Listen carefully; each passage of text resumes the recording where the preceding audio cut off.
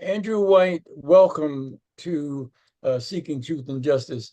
And thank you also for coming on this early morning, kind of giving us a little overview as to some of the things that you care about. Andrew, introduce yourself and tell us a little about yourself real quick. All right, thank you, sir. Yes, I'd like to thank everyone for bringing me on to speak. I'm very honored. My name is Andrew White. I am currently a master's student in public policy at the University of Chicago. I have, a strong interest in studying like human institutions, particularly when they affect Black people, and I'm very excited to get to learn more about how other people go about this work. I consider myself to be like completely a novice, but I'm very excited to be able to participate with you all very much. Thank you very much. CJ Johnson.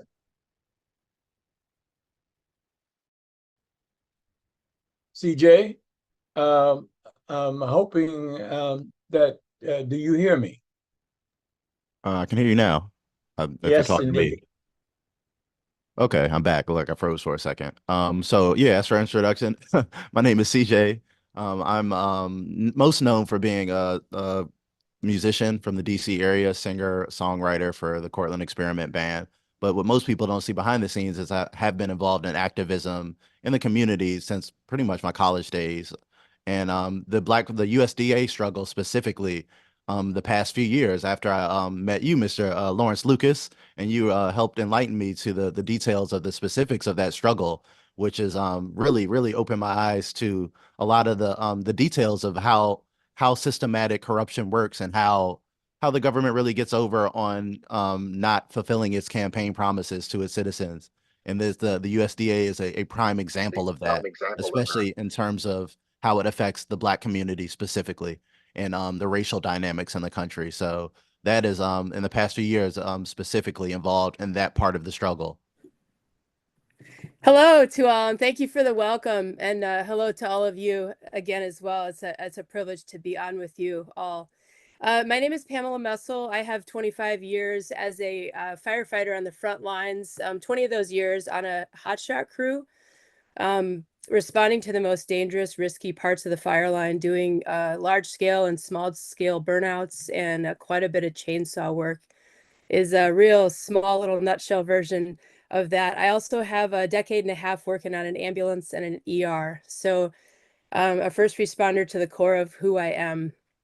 And I chose to go the wildland fire route in USDA a long time ago. My career started in 1997. So that's a real short little snippet about me. My my blood runs with first responder blood, as well as equality in the workplace. So that's a little snippet about me. Would you like me to go into the questions, Lawrence, next? Well, what I'd like for you to do is go into the questions, and you just let it flow and cover all three, but also mention of the experience that we both experienced with going to Washington during the Obama administration and bringing to the attention the sexual and the Forest Service agriculture, all Okay. kinds of abuses, and but you firsthand have experienced it.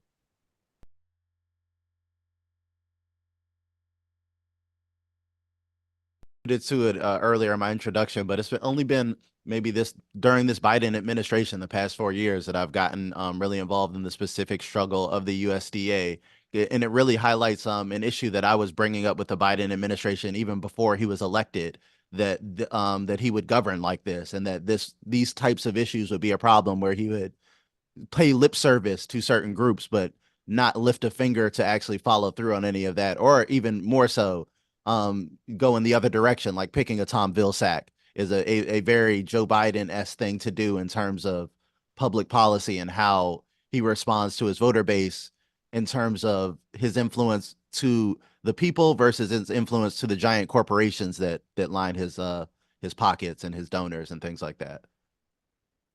Thank you. CJ, okay, well, so you gave a pretty good overview as to why you're doing this as well. Is there a specific reason other than what you said as to why you are involved in this issue with the Black farmers and USDA? Another reason is, like I said, it's a very specific issue that affects our community as well. I'm a big advocate for health and wellness these days, and a big part of health and wellness is healthy food, being able to having access to healthy food, affordable healthy food, and the Black farmer struggle is a direct pipeline to that for many people and for the generational wealth in our community. So it's more than just being a Biden administration and a political corruption issue, but it becomes a cultural issue, it becomes a public health and wellness issue. And I think that is also very important that people realize that all those things are deeply connected. Okay, thank you. Okay, Andrew White, the same question. How long have you been interested and involved in civil rights at the U.S. Department of Agriculture, and I why? think I like living in suburban Chicagoland. I live in a suburb of Chicago, not actually in Chicago for any Chicagoans out there. I know people will have opinions on that. Um, Even though it's true that my ancestors were farmers, my grandmother was raised on a farm in Mississippi before she moved to Chicago in as part of the tail end of the Great Migration. So I didn't know very much about the Black people who had continued to farm and who were still fighting to own and work their land. And in as part of some work I was doing during my undergraduate degree at the University of Illinois. Friend of mine, Jacopo de Marinas, came across a lot of information about Black farmers, introduced the issue to me. And when I saw the opportunity to, hopefully make at least some small difference, I saw that there was opportunity to help because this specific issue is one in which the United States Department of Agriculture is continuing to perpetuate systemic harms, but it's a government agency, and therefore it's a little bit less uh, nuanced than some things are. USDA should change its behavior. The issue is how can we get it to do so? And it's something that's, I think, very compelling about an issue that is so clear cut in terms of its injustice. Interesting that you all live in two different parts of the United States. You're working on your graduate work at the University of Chicago, and CJ already started his family. A man that is very extremely active in civil rights and politics. It just seems to be here you are hundreds of miles away in Chicago, and here CJ in Washington. You all have a strong feeling about the government and what the government should be doing. I have another question to ask, and that is, do you trust your government to tell you the truth about what's going on in this country? And if you have a question, if you disagree, state why you disagree. Either one of you all can chime in anytime you want to. I don't know how much time do we have in terms of do I trust the government? No, absolutely not. Like absolutely not, because I've seen what good reporters uncover so many lies that the government has told in general, and not just and having a general understanding of how politics works now with the implementation of Citizens United, with the amount of money in politics that the politicians are basically empty suit puppets for giant mega corporations, and those call the shots for our government, and they will do whatever they need to do in the name of profit margins. And that is the religion of the United States. It's Wall Street. It's the military industrial complex. And they will do anything to keep those institutions going at all costs, whether it's supporting a genocide that most of the country doesn't support, whether it's again like going against the wishes of Black farmers and picking the pick that they didn't want the most in Tom Vilsack, and doing that in other agencies and departments as well, going against the activists that actually got them elected, because that's what politicians do. And if you just watch any good interview with the State Department these days, you'll see that you can't really believe what the government says when they're backing ridiculous things in Israel. They're doing all types of things all over the world.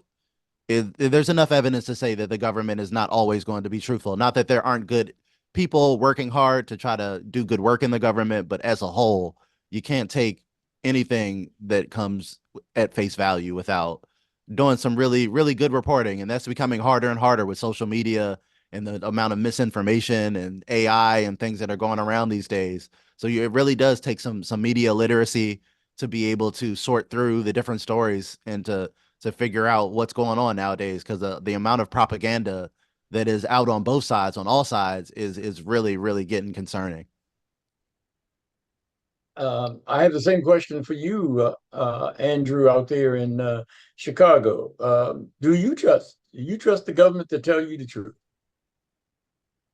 I think, well, CJ laid out a lot of, I think, a lot of great wisdom there. And I think what I want to focus on actually would be media literacy, because I think, as CJ was saying, the United States government is a massive institution with lots of different moving parts.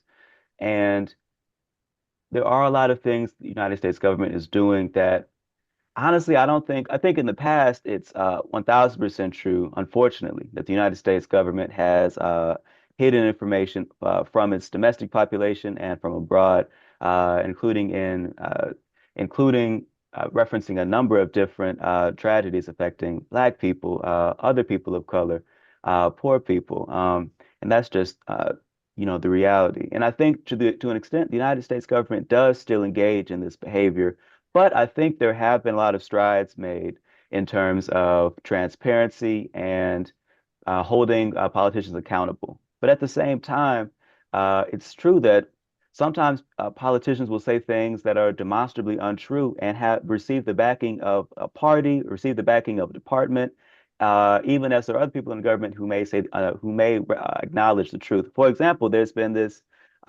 disastrous lie about Haitian immigrants saying that they were eating pets, which is just complete nonsense and anti-Black. But there are politicians pumping this lie into the internet, onto our radio systems, and that's why I agree with CJ. It's important to have media literacy, which just media literacy just means that when someone tells you something, you can take into account the context in which they are speaking to you and try to find a second opinion, because it's important to recognize that there's many different ways to give someone information. The people don't have to necessarily lie to you to leave out vital pieces of the puzzle. So I think that it is important to be critical of every institution that we engage with, which definitely includes the government. Now, at the same time, I do want to caution things such as I trust the government about the safety of vaccines. I trust the government about well, I think that's a good example, actually.